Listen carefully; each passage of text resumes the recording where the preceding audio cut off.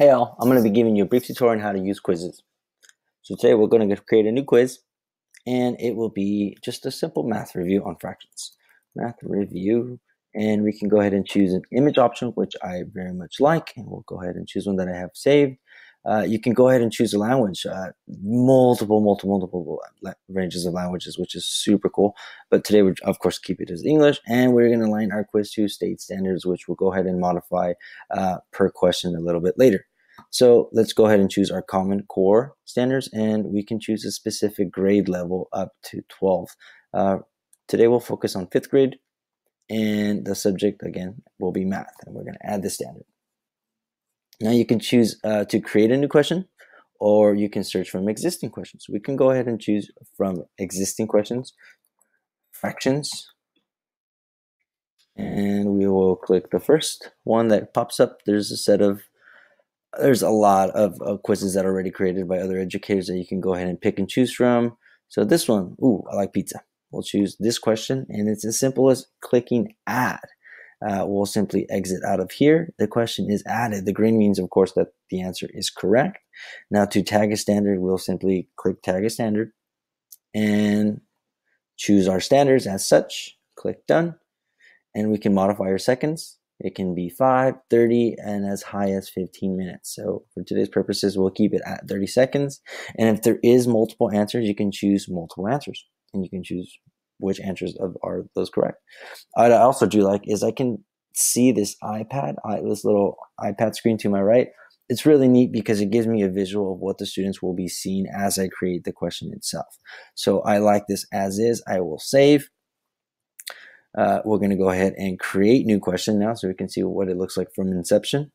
Let's see, if a whole pizza has 8 slices and Mia eats half, how many slices are left? So if we need to highlight any major important information, we can choose the color. We can even choose to italicize or underline stuff, and even add a picture, which I do have one lined up conveniently. It's a picture of a pizza. Now let's choose our correct options: 2, 4, 6, and 5. Let's see. I see what we did here. Now we simply highlight which is the correct answer for, and we'll tag a standard. Same thing as we did before. Time limit is okay, and save. Great. Now we have 2 questions created in under a minute. Again, if I want to go ahead and search for other questions from other educators who have created some, I'll go ahead and add some more difficult ones. There we go. Now we have a set of 3 questions. Now we can choose to keep this public or private. Of course, public will be visible to everyone, and which I do like that because it's a community, and I like to share and be able to share with other educators. So for today, we'll go ahead and finish quiz. And this is just information. So when other educators search topics, your quiz can pop up. Okay, see, we can specifically share with teachers. We can go ahead and skip. Now this is what our questions look like down over here. Now what's really neat and separates it from Kahoot and iLike mostly is that you can make this into a homework game. It doesn't have to be done live in the classroom, but can be set to do at a later time at home. Because at the time limit, a different day. Also at the bottom, you can choose to shuffle questions. You can choose to shuffle the answers, which is really convenient because not every student will get the same question in the same order. I like that. And depending on how the student answers a question correctly or incorrectly, they will see interesting and funny memes to encourage them to do better. So we'll go ahead and proceed, and it'll be set. Let me return to my quizzes, and created 4 minutes ago. Here we go. Now let's go ahead and play a live game of this.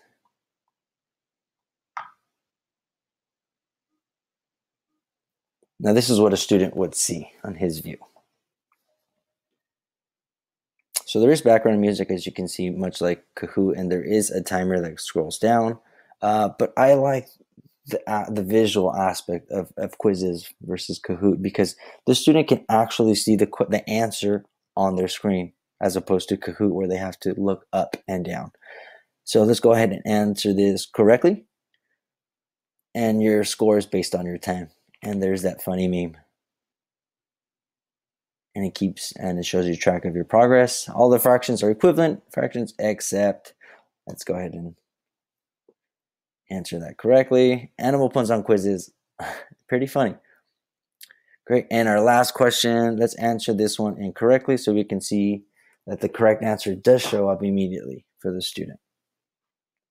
And it shows their progress. Great. Thanks for listening.